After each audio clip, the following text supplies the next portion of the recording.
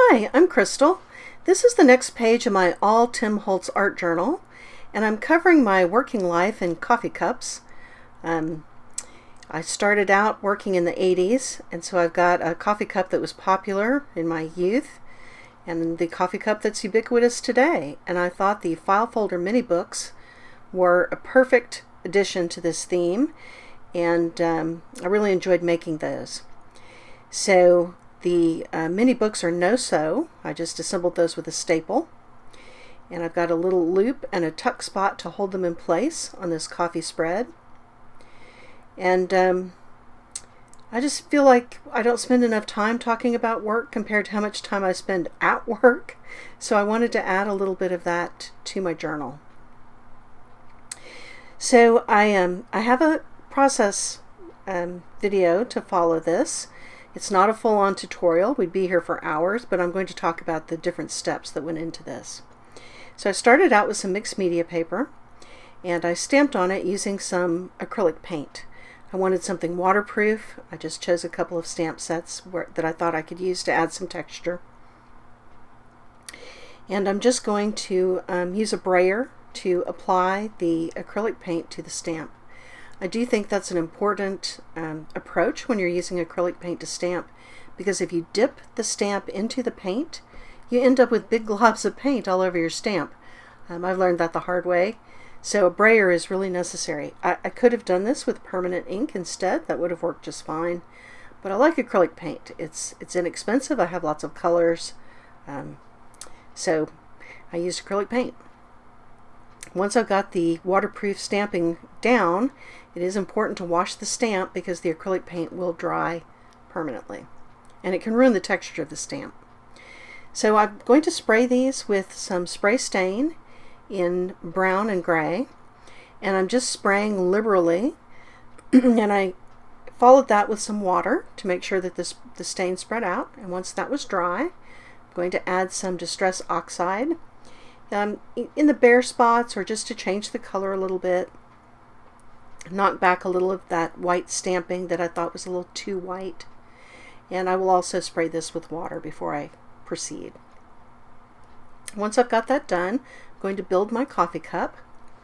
And the coffee cup has this little turquoise swoop. I'm sure if you were around in the 90s, you remember this. And I'm creating this with my new favorite craft tool, which is a silicone face mask applicator from the dollar store. So fabulous. Really great for spreading out glue and acrylic paint and stuff. This next tiny one is a jar scraper from my kitchen.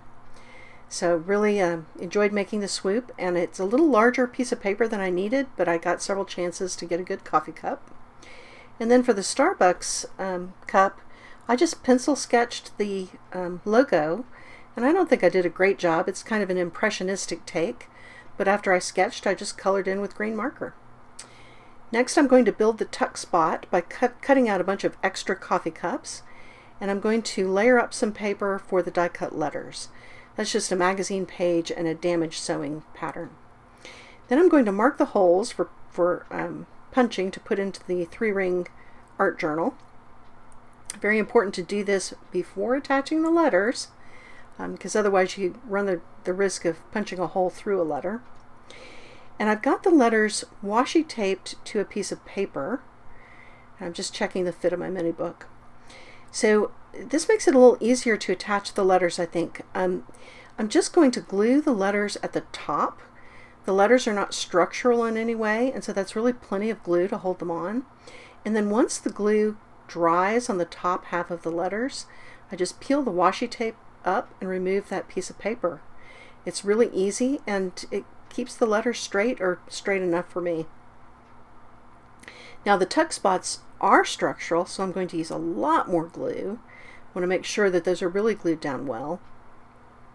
And I'm going to weigh that down to make sure it glues nicely. Next, I'm going to build the mini book, and I've used the file folder die from the Specimen set and some of the other pieces to cut some holes and make some windows and just lots of extras. And then this envelope is from Collector, and I also used an envelope from Postal in the other mini book. I cut off the extra tabs. Then I've layered everything up, and I'm just going to staple it together, and I'm burying the staple on the inside of the envelope. So you won't even be able to see the staple on the inside of this mini book. So once I've got everything assembled, I'm just going to glue that envelope shut. Now I would advise, if you're going to use liquid glue on one of these envelopes, to stick a little something inside the envelope to make sure you don't accidentally glue it shut in a way that leaves it unusable. And that's really all there is to the mini books. Now I did a video on a more elaborate mini book, and I'm going to link that in the end screen in case you want to see one I made where I did lots of sewing. So the mini book is ready to go, and I did a little stamping also from one of the stamp sets, which I believe is School Desk. And I'm going to attach the elastic. I just used my little pokey tool. That pokey tool is vintage. I have employees who are younger than that pokey tool. And I just made a little hole in the page and put the elastic right through there. It was not difficult at all. Once the elastic is through, I am going to put the mini book in before I tie it, because I want to make sure that it's exactly the right size. So once I got the elastic tied, I did tape a little piece of paper over the knot on the back using just some washi tape, just to make sure that I didn't catch that elastic on anything on the back of the page. Once I'm sure that it's going to hold, I'm also going to attach the coffee cup to finish the tuck space. And again, I'm going to use quite a lot of glue to make sure that it stays in place, and I'm going to leave the mini book in place to make sure that I don't pop off the coffee cup somehow by putting the mini book in and out. And that is all there was to building this spread. I really appreciate you guys joining me today, and I'm going to link to that other mini book video here in case you're interested. Thanks.